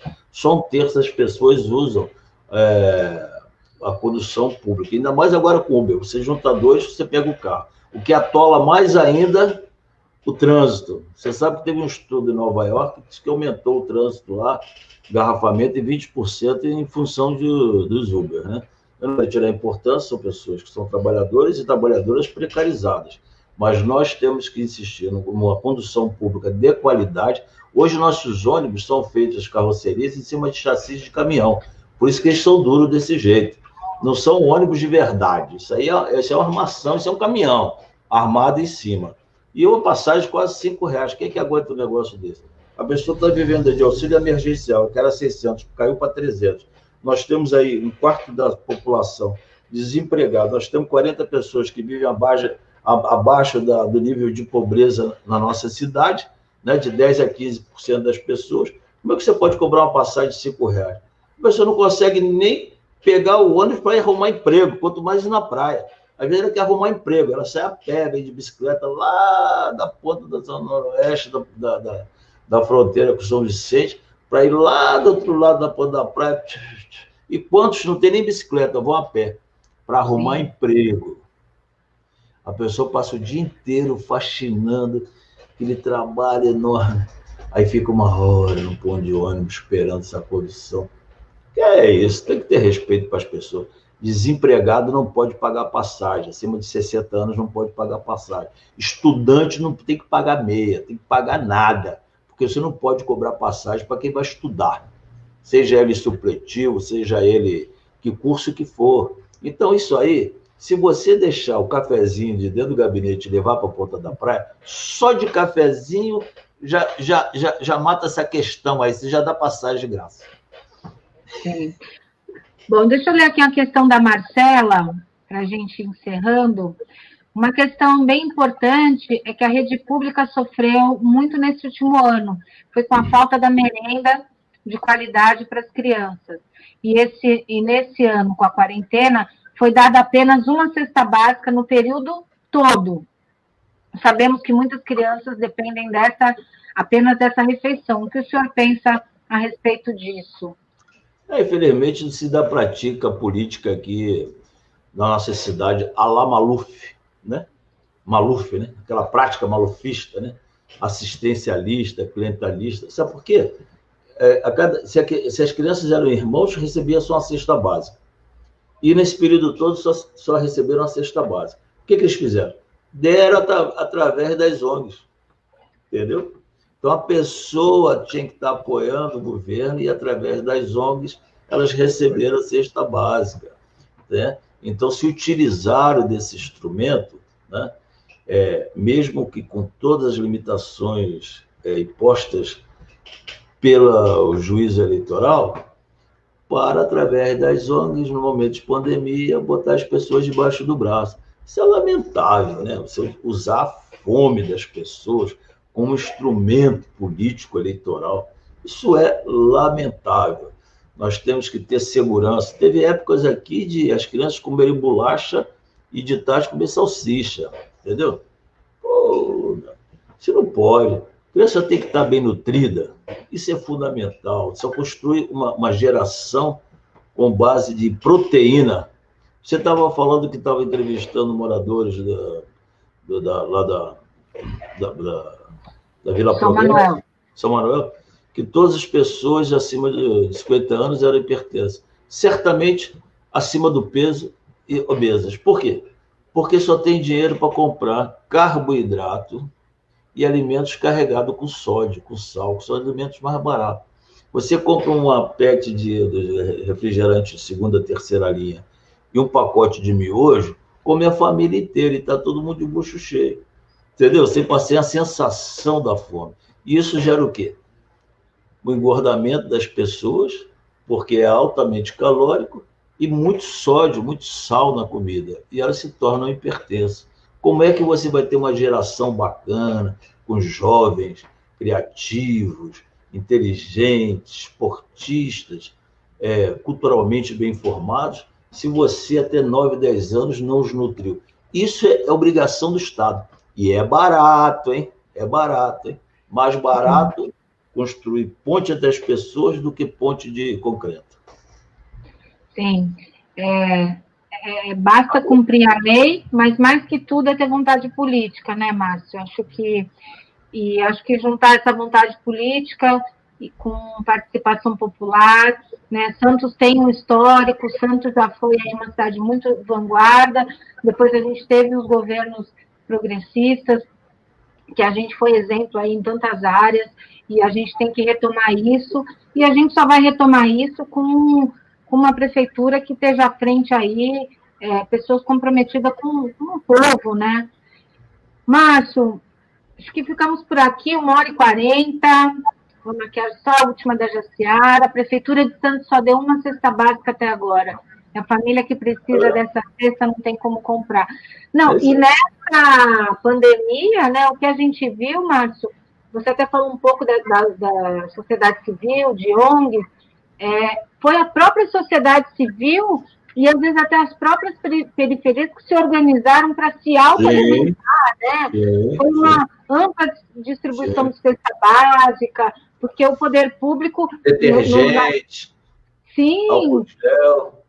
Em todas as esferas, né? Aqui, a gente viu aqui na nossa cidade, estado e federal, as pessoas ficaram à míngua e tiveram que se organizar por elas mesmas.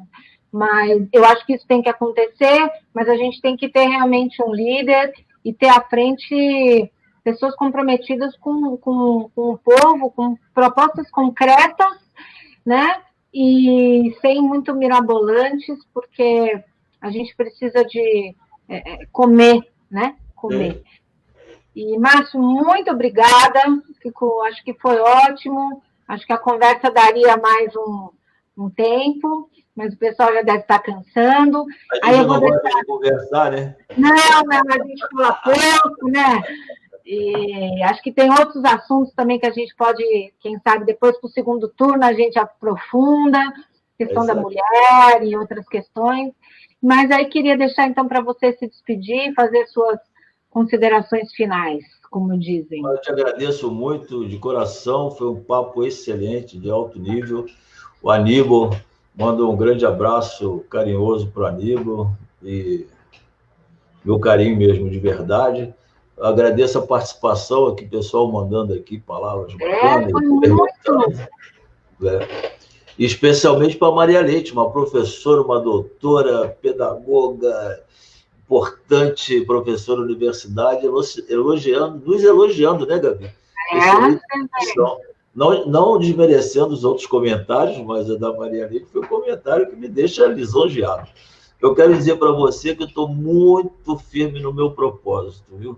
desde 2017, foi 11 de dezembro de 2017 que nós trouxemos o Ciro aqui, que a gente vem se envolvendo com o PDT, construindo o PDT, eu tenho meu canal lá, Raiz Trabalhista, eu trouxe dezenas de professores, professoras, palestrantes, para formar militância, e foi feito tudo aqui em casa, e está tudo gravado lá no YouTube, canal Raiz Trabalhista, e na nossa página no Facebook também.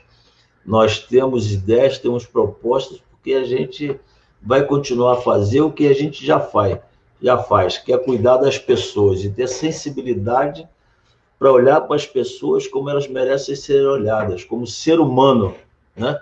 Que são desejosos de uma vida melhor, com mais dignidade, ter uma sociedade mais fraterna, mais equânime, né? E para a gente fazer isso, basta ter liderança, vontade política e tirar o cafezinho de dentro do gabinete e levar para a Praça Maior. Obrigado, Gabi. Imagina, obrigada aí todo mundo que participou com a gente. Segunda-feira aqui a gente está com o Givanildo Batista, o Givanildo é um líder da Lemoa, e vai ser uma conversa muito legal, vai ser o Givanildo e o Arquimedes Machado, que é do Morro Montserrat, e então acho que vai ser uma conversa muito interessante. O Givanildo é candidato a vereador, e é um rapaz, é um menino, que veio dali, que sabe as dificuldades da vida concreta. Então, eu espero vocês no mesmo bate-horário aqui na José Martí. Márcio, muito obrigada. Dá um abraço, um beijo, boa sorte para o Alcione. E estamos aí à disposição. Boa sorte na campanha e rumo à prefeitura. Até. Tchau, pessoal.